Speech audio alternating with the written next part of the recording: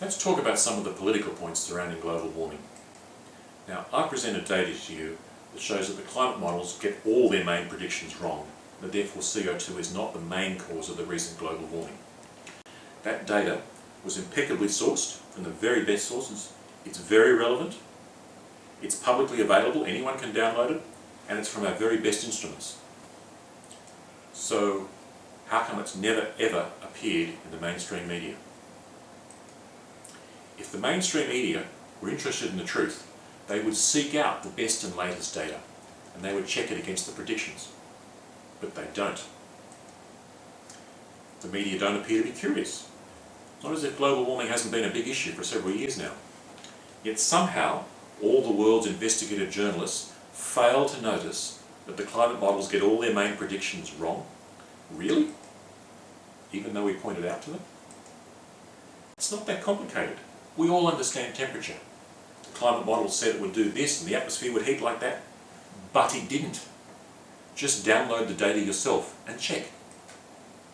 So, the data is being suppressed. So this argument is not about science and truth. So it must be about power and politics instead. Reluctantly, uncomfortably, the only possible conclusion you can come to is that the media don't want to investigate the claims of the government climate scientists. Why? Who benefits? To try to get an answer to that, let's look at the array of forces involved in this argument. Let's look at the alarmists. There you have the United Nations with the IPCC, you have Western governments, you have major banks and financials, the NGOs and the greenies, the totalitarian leftists, the government-funded scientists, nearly all of academia, the corporations that produce renewables, and the mainstream media. On the skeptic side, you've just got the private sector, middle-class type people, you've got independently funded scientists, and you've got amateurs. Now, the supporters of climate alarmism are all either financial beneficiaries, or they're believers in bigger government, or they're greenies, or multiple. Overwhelmingly, they're university educated. Overwhelmingly, they prefer the methods of government, that's politics and coercion, to set their rewards, rather than the marketplace, methods of the marketplace of voluntary transactions. They prefer politics and coercion. They're an intellectual upper class of word users.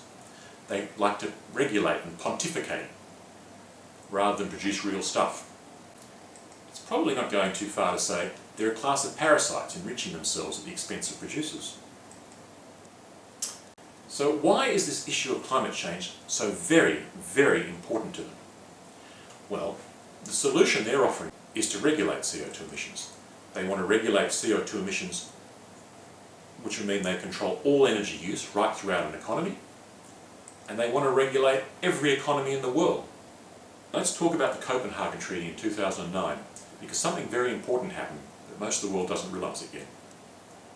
The Copenhagen Treaty was an international treaty, and all the leaders of the world went to Copenhagen in Denmark in 2009, late in 2009, to sign this treaty.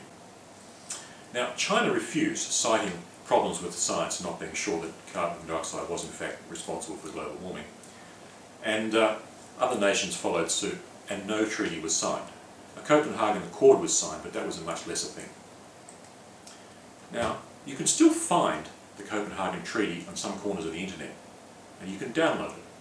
It's 181 pages of fairly dense bureaucratic language, and it's a draft, but it's clear enough in intent. And if you do look at it, look on page 18 at clauses 36 and 38, for instance. This treaty would have set up a UN bureaucracy that would have regulated CO2 worldwide, as you'd expect. That treaty meant that they could override any national market or any national government as required. Furthermore, any signatory government could be taxed or fined by this global bureaucracy. Now, I put it to you that due to the normal methods of centralisation of power, over about 20 or 30 years, that would have been parlayed up into a strong global bureaucracy that would be doing a little bit more than just regulating CO2 emissions. Yet the media were almost entirely silent about the treaty and about the implied loss of national sovereignty. Normally the media gets very, very worked up and very noisy about elections or wars or anything else that changes government. About this treaty, nothing, almost complete silence. This was a narrowly averted silent coup by this new regulating class.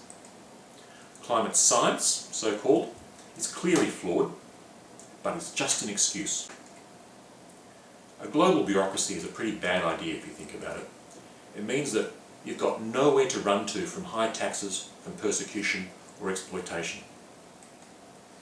It means the end of competition between countries, between sovereigns. It keeps them in check, it makes them treat their productive citizens decently. You see, for millennia, if a kingdom or a country treated its productive citizens poorly, we could leave to another country. If there's a global bureaucracy running the show, we can't leave. A global bureaucracy, one global regime is very prone to tyranny taking over forever, because there's no longer an outside, there's no longer a place to get refuge or help from. Here's what's at stake for you. Basically, unless you're part of the regulating class, what's at stake for you is freedom from the demands of a hostile ruling class. You see, this new regulating class of bureaucrats and academics and greenies and the like, they really don't like the rest of us. They don't like people not like them. And they especially don't like people in the private sector, and they especially don't like people who make real stuff. Imagine a world where this new regulating class regulate and tax everyone, everywhere in the world. The traditional strategy of moving to a friendlier country would be lost forever. The status and conditions of workers everywhere would fall permanently. We'd be back to being serfs. National democracies would be powerless because the global bureaucracy would make the rules. And you couldn't vote them out. Now, skeptics saved the world. That's a big claim, but there's a germ of truth to it. The skeptics distributed enough data showing that climate alarmism is greatly exaggerated. We've got just enough out there, just in time, so that by the 2009 Copenhagen Treaty, it almost got signed. Those leaders went to Copenhagen expecting to sign the treaty, but in the end they didn't. The threat of a bureaucratic coup using climate change as an excuse is receding, as more people find out that the whole idea of the climate science is somewhat exaggerated. But the threat is still present. Let's talk a little bit about the tactics of this new regulating class, because they're worth examining. If you oppose this new class, here's what they'll do. Automatically they'll call you names. They'll call you an extremist, they'll call you right-wing, they'll call you a nut, they'll call you a conspiracy theorist, they'll call you every version of stupid and ignorant. And they'll do it in the newspapers and the current affairs and the TV shows and websites and movies, everywhere, because they own all that stuff. That scares most people into submission.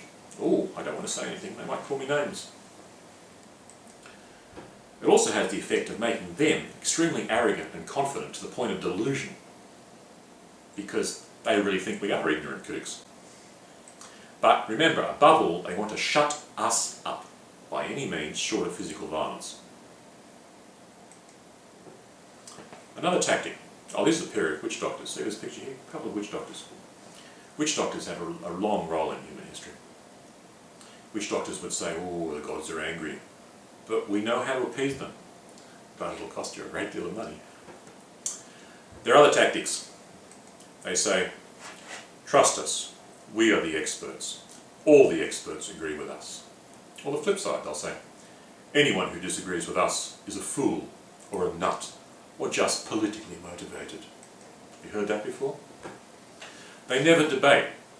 They simply denigrate opponents. And why debate? Have an honest debate when you own the media. You don't have to. If you get cornered, just bluff, make it up. The media will never question you and the public will never figure it out. Yet, the skeptics are winning. How? First thing, the internet. We know we're winning because the Western public was about 20% sceptical according to opinion polls in about 2008. Now it's about 50% sceptical. The message is here that the internet trumps the mainstream media. It just takes a while. The suppressed data does get through. Now, there's an historical precedent for this. In Europe, before 1400, the church had a monopoly on distributing high-quality information from the pulpit. Then, the printing press was invented, Soon afterwards you have the Reformation and eventually the Enlightenment, and the power and status of the Church went down considerably. For the last 50 years or more, the mainstream media has had a lock on information distribution in the West. But that monopoly is being shattered now by the internet. Another way we know we're winning is through legislation. Governments are backing off regulating carbon dioxide emissions. Only Europe, Australia and New Zealand have done anything serious about it, and of those, only Australia has done anything that's punitive or really effective. And that's only because the Greens, by an electoral fluke, hold the balance of power. How do we get the legislators on our side? We got the suppressed data through them in lobbyists' briefcases. For example, the United States Congress was all hot to do something about climate change. In 2009, they just elected Obama, elected a new Democrat Senate and House. The lobbyists went in, they showed them the data, and in enough cases, the legislators looked at it and said, well, we're not going to do anything about regulating CO2, and they made it known. Now everyone knows that the US Congress is not going to do anything to regulate CO2. And the same is true of many other parliaments around the world. Finally, good news is the planet will be okay. The climate models exaggerate greatly. There will be some mild warming due to our CO2, but in the tropics it'll have no effect, and elsewhere it'll just be equivalent to moving a few kilometres closer to the tropics. And finally, CO2 is good for the plants. You want to read some more? I've written a paper about this. It's quite simple to understand, very readable. It's at sciencespeak.com and it's called Climate Coup, the Politics. Thank you.